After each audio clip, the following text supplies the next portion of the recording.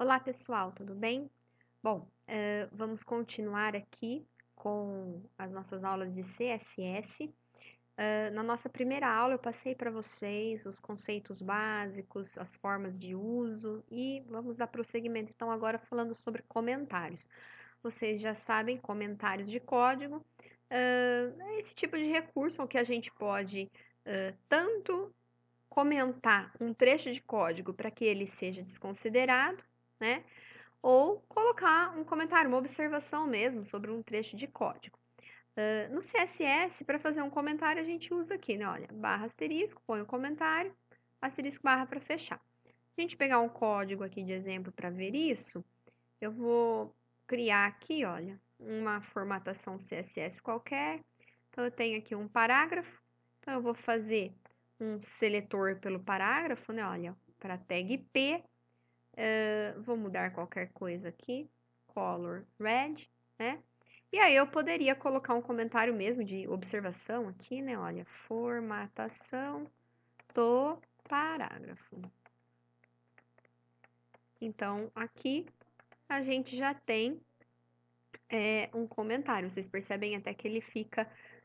eu estou usando o Sublime Text, né? Mas na maioria dos editores para HTML, CSS, ele vai ficar nessa tonalidadezinha cinza, tom de cinza, né? Indicando que é um comentário.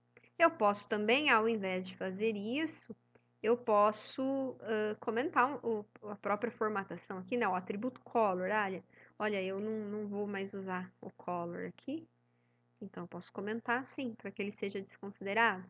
Ou até mesmo o seletor todo aqui feito para tag P, né? Eu poderia comentar ele todinho aqui e ele passa a ser desconsiderado, né?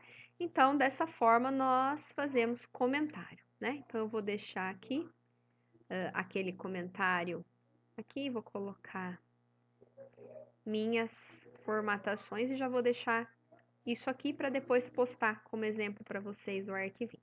Então, minhas formatações. Vou deixar o comentário aqui, ok? Então, isso sobre comentários. Aí nós temos aqui as unidades de medida, né? As unidades de medida em CSS, elas vão se enquadrar aqui, unidade de tamanho absoluto, tamanho relativo. As unidades de medida de tamanho absoluto são aquelas que, independente do tamanho da tela do dispositivo que você está usando, seja computador, tablet, celular, entre outros, aquela medida é sempre a mesma. É o caso do centímetro. Um centímetro vai ser sempre um centímetro, independente do tamanho da tela. As unidades que se enquadram aqui em tamanho relativo são aquelas que mudam dependendo do tamanho da tela, né? Então, por exemplo, aqui, né, ó, as unidades de medida absolutas, que não mudam, né, independente do tamanho da tela. Centímetro, milímetro, polegada, pontos, o pixel, ele se enquadra em uma unidade de medida absoluta quando nós estamos falando de um único tipo, tamanho de tela, né? Então, em telas grandes, monitores, o pixel é sempre o mesmo, né? Agora, quando a gente fala em telas diferentes, por exemplo, se comparar o pixel de uma tela pequena de celular e de uma tela de computador, aí sim a gente pode considerar que daí se torna uma medida relativa, com essa diferença de tamanhos, né? As unidades relativas, as principais, as que a gente vê mais, é o percentual, né? Por exemplo, nós vimos lá em HTML a tabela, quando eu falava assim, olha, a tabela, se a gente colocar o atributo width, né, da largura, com 100%, ela vai ocupar a largura toda da tela. Se eu colocar 50%, é só metade da tela, mas vai ser daquela tela onde a tabela está sendo exibida. Então, se é numa tela de monitor, de computador, de notebook, é 50%, 80% daquele tamanho de tela. Se é num celular, é aquele percentual naquele tamanho de tela pequeno, né? Então, é uma unidade relativa que geralmente a gente usa para containers, como div, os elementos de segmentação que nós vimos no HTML, né? Ou mesmo em tabelas. Então, aí a gente pode trabalhar com o percentual. O EM, um EM é igual ao tamanho da fonte do elemento onde essa unidade for utilizada. Então, nós vamos ver exemplos disso depois, mas vamos supor que eu já defini um tamanho lá, 20 pixels para fonte de um determinado elemento, um EM significa esses 20 pixels, né? Então, eu falei que a fonte vai ter 20 pixels, um EM é esse tamanho que já tinha sido definido, tá? E EX é com base no tamanho da letra X, né? Então, a fonte, o X, ele é um pouquinho mais larguinho, né? Então, é um tamanho baseado nesse tamanho, nesse X. Mas depois a gente vai ver alguns exemplos. Depois, nós temos aqui a questão das cores, né? Nos primeiros exemplos que eu fiz com vocês nas aulas, na primeira aula de CSS, eu usei muito o atributo color, que é o atributo que nós usamos para setar a cor do texto na nossa página, ou de vários textos na mesma página. O CSS, eu coloquei um link aqui para vocês, eu vou abrir, determinou aí, né, um nome aqui, olha, para 147 cores, né? Na verdade, não é uma documentação que o CSS fez de 147 cores. Então, a gente consegue daí setar com esses nomes no CSS sem precisar informar o código, que o CSS sabe que cor é esse nome que nós estamos usando. Então, eu posso usar esses nomes de forma segura, que a cor vai ser localizada, ou eu posso usar o código hexadecimal da cor, ou mesmo o código decimal, né? E aí entra aquele conceito que eu expliquei para vocês lá nas aulas de HTML, que se eu pegar uma cor e eu não sei o nome dela, então eu vou verificar qual é o código RGB decimal, né? Lembrando que aqui são 3 números, porque é red, green, blue. Quanto essa cor tem de vermelho, quanto ela tem de verde, quanto ela tem de azul. E aqui também, só que em hexadecimal, né? Eu ensinei para vocês como calcula e tudo mais, mas eu posso rever isso daqui a pouco também, na hora que nós formos mexer com o código, né? E aí, o que acontece? Para setar a cor de um texto, eu vou colocar o atributo color, 2 pontos, e aí, ou o nome ou o código da cor. E se eu for trabalhar com o código RGB em decimal, eu vou usar aqui color, 2 pontos, RGB e o número aqui correspondente ao red, green, blue, tá? Nós temos a função RGBA que acrescenta um parâmetro aqui. Depois do RGB, ele tem um parâmetro aqui que vai de 0 a 1, então pode ser 0, 0.1, 0.5, 0.8, 0.9, né? De 0 a 1, onde 0, essa cor vai ficar totalmente transparente, e 1, sem transparência nenhuma, é a cor normal. Isso vai ser mais útil quando a gente estiver trabalhando com sobreposições, então você sobrepôs, por exemplo, divs com textos, e aí essa transparência pode ser útil, né, para você ver o elemento que está embaixo, coisas desse tipo, né? Então aí quem tem bastante criatividade consegue usar esses recursos de transparência para fazer alguns efeitos legais com o CSS, né? E aí vamos dar uma olhadinha aqui, né, no código. Então, por exemplo, eu fiz aqui, né, olha, aprendendo HTML5 e CSS3, aqui um textozinho aqui, né, olha, vamos aprender a criar sites incríveis. Não tem ainda aqui, ó, vou tirar nada programado aqui em CSS para formatar esse texto. Então, se eu colocar essa página aqui para ser executada, está aqui o texto sem grandes alterações, com a formatação padrão aí do navegador, né? Do HTML, CSS, navegador, e aí estamos aqui com essa formataçãozinha. Então, agora eu vou colocar aqui, né? Vou usar o seletor por tag aqui, pela tag P, e vou fazer uma formatação para toda vez que aparecer a tag P, e vou dizer que eu quero que a cor do texto nas tags P vai ser alguma daquela tabela lá do CSS. Então, eu quero escolher alguma cor aqui, vou pegar essa, magenta, tá? Então, vou pôr aqui, ó, color, 2 pontos, magenta.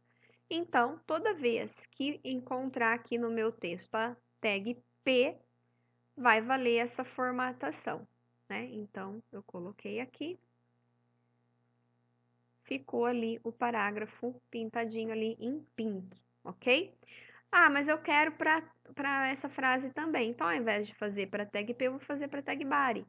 E aí, vale para tudo que estiver entre o body e o barra body, né? Então, vai ficar todo mundo pink aqui, certo? Agora, mas eu quero uma cor diferente aqui para esse texto, né? Ou eu quero que só o parágrafo fique pink e o resto não. O restante do texto eu vou querer em outra cor. Então, vamos selecionar aqui uma outra cor. Eu vou pegar esse aqui, ó, índigo, tá?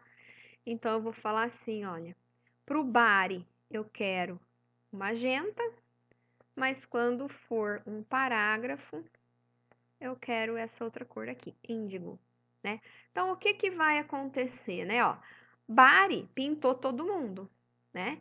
Mas P está sobrescrevendo essa formatação. Então, quando ele acha um parágrafo, ele não vai mais considerar o que estava sendo formatado em body, e sim o que está sendo formatado aqui.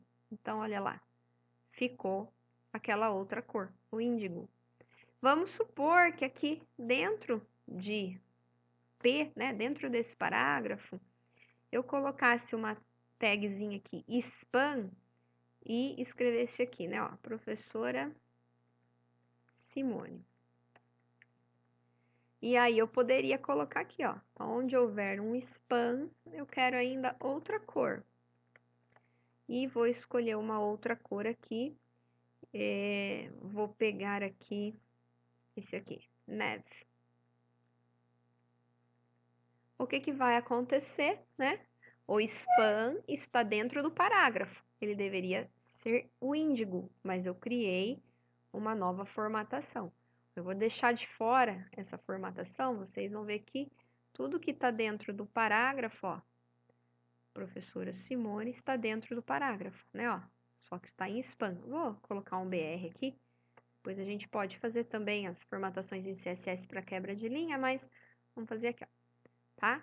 Então, eu não fiz nenhuma formatação para esse spam, mas como ele está dentro da tag P e a tag P é índigo, né, ele herda isso. Mas, se eu venho aqui e coloco spam, então ele não usa mais o que está em P. Ele pega, a cor ali é muito parecida, né? Vamos substituir por outra, para ficar mais visível a cor que eu selecionei. Vou pegar essa aqui, ó, Spring Green. Senão a gente não vai conseguir enxergar a diferença. Está ali, né? Então, o que que a gente vê aqui, né? Que os elementos, vamos falar, o elemento pai, o body, ele seta para todo mundo. Mas P é filho de body. Eu fiz uma outra formatação, ele desconsidera essa. O spam é filho do parágrafo. Se eu não fizer nenhuma formatação, ele herda a que vem de parágrafo, né? Mas se eu fizer, ele vai herdar. Aqui, por exemplo, se eu colocasse, eu vou colocar aqui, ó, text decoration, que eu usei com vocês num exemplo da aula passada, que é o underline, para ficar sublinhado. Eu coloquei só em parágrafo. Em spam, não. Então, aqui, ó, professora Simone, ela vai ficar sublinhada também, porque é filha da tag P. E a tag P eu mandei sublinhar. Então, isso é repassado, né, ó. Certo? Por isso que a gente fala, CSS tem aquele termo Cascade Style Sheets, ou folhas de estilo em cascata, né? Porque é como se fosse uma cascata, os elementos filhos vão herdando essas formatações, e aí eu posso desconsiderar fazendo uma outra formatação aqui, que foi o que eu fiz com o color, né? Então, isso é um conceito importante, né? A gente vai ver isso aqui na sequência, mas voltando a falar das cores, aqui eu usei o nome da cor, né? Mas vamos supor, eu vou entrar aqui, pode ser até aqui no próprio site, olha, eu vou voltar aqui no magenta. Se eu não soubesse qual que é o nome que está sendo usado aqui, acho que está na ordem alfabética aqui, magenta, né? Eu gosto dessa cor, mas eu não sei como que o CSS chama, então eu poderia usar aqui o código hexadecimal dela, né, ó. Então, o resultado é o mesmo, nós já vimos isso lá em HTML. Então, eu estou usando o código hexadecimal, ó, nada mudou. Se eu quiser usar o código decimal, que é esse daqui, olha, eu também posso. A diferença, eu vou deixar as opções, né, olha, pode ser essa opção, pode ser o código hexadecimal, vou copiar aqui de volta e colocar lá. E pode ser também esse código, né, ó, que é o código RGB, o decimal, tá vendo? Ó, tá na primeira coluninha aqui, ó, decimal, tá? Então, aí, para isso, a gente vai colocar ó, RGB e entre parênteses, nós colocamos esse código, tá? Das três maneiras aqui, a cor é exatamente a mesma, né? Então, eu vou comentar essas aqui, eu vou deixar agora essa feita pelo RGB com o código decimal, também, olha, não mudou nada, certo? O parâmetro aqui, 0 a 1, né? Olha, se eu colocar 0, não vai aparecer texto algum, ó. Né? O que ficou com o body, que foi apenas esse daqui, porque as outras nós sobrescrevemos o color, né? O parágrafo e o span. Então, só esse texto que estava sendo feito com a formatação aqui do body, ele sumiu. Ele está aqui, ó, mas ele está transparente, que é esse parâmetro 0, o RGBA. Se eu colocar 0.5, ele vai ficar aqui com, ó, uma transparência aí, né, ó, que dá para você ver o texto. 0.2, ó, vai ficar bem clarinho. Tá vendo? Ó, tá aqui ainda bem clarinho.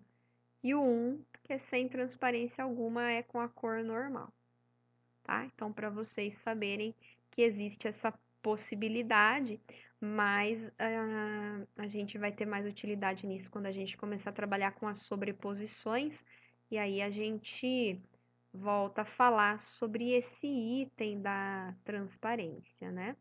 Então, vou deixar isso aqui comentado para vocês verem. Ah, então, essa é a questão da cor. A cor também pode ser usada no background color, né? Que é um outro atributo. Se eu fizer um background color aqui, nós vamos falar mais sobre background, mas se eu fizer o background color aqui no body, a cor que eu colocar aqui vai valer para a página toda. Então, eu vou pegar aqui, ó, esse light pink. Vou colocar aqui. Ele vale para minha página todinha. Então, tá aqui. Se eu fizer só para o parágrafo aqui um background color, olha, aí pro parágrafo eu vou usar uma outra cor. Vamos pegar o light cyan. Não vai ficar nada bonito, né? Mas só para vocês enxergarem, ó. Light cyan. Então, tudo isso aqui, ó, que está envolvido por parágrafo, vai ter aquele fundo, tá? O span, eu quero um background color específico pro span. O span é só o professor Simone que ficou. Então, eu vou pegar uma outra cor aqui, ó.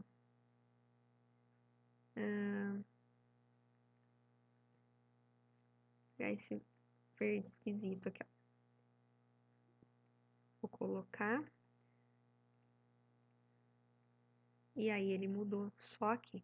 Nem ficou legal por um gray. Só porque o texto já era meio verde, né? Então, ficou ruim de enxergar.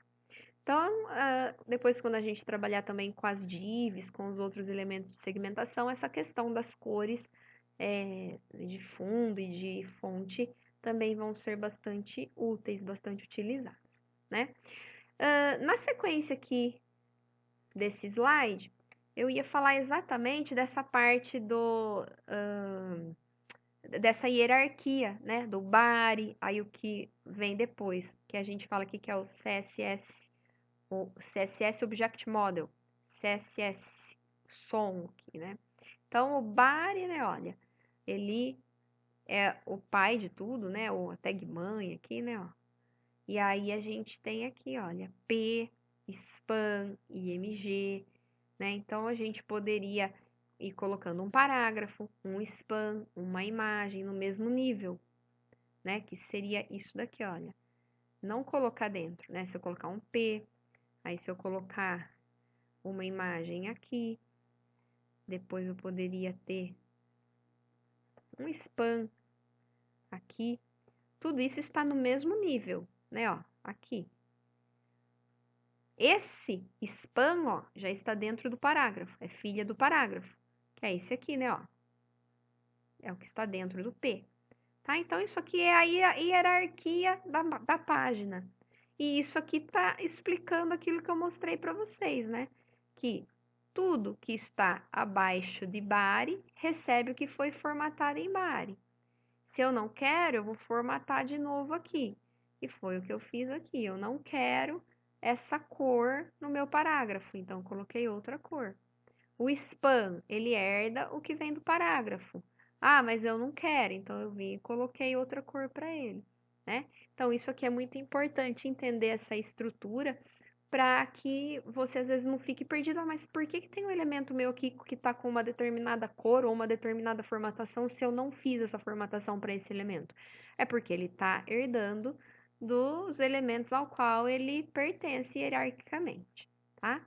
Então, isso é bastante importante que vocês entendam aí, ok? Eu vou parar essa aula por aqui para não ficar muito longa e logo mais eu coloco a continuação para vocês falando aí das formatações de texto, ok?